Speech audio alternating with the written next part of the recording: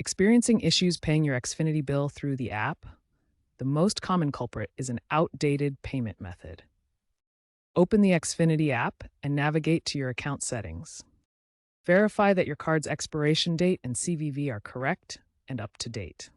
If you've recently received a new card, even with the same card number, ensure the new expiration date is entered. If the problem persists, try removing and re-adding your payment method.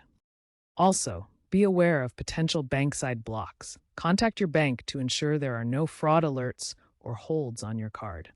Consider diversifying your payment options by adding a different card, linking a bank account, or using PayPal. If your payment method is correct but you're still facing issues, app cache buildup might be the problem. The cache stores temporary data to speed up loading, but over time, this can become corrupted and interfere with transactions. On Android, go to Settings, then Apps, select Xfinity, go to Storage, and clear the cache. On iOS, you'll need to offload or delete the app and reinstall it from the App Store. This process will clear the cache. After clearing the cache, restart the app and try paying your bill again. Xfinity's 2020 updates often prompt for automatic cache clearing, but manual clearing is still a reliable troubleshooting step.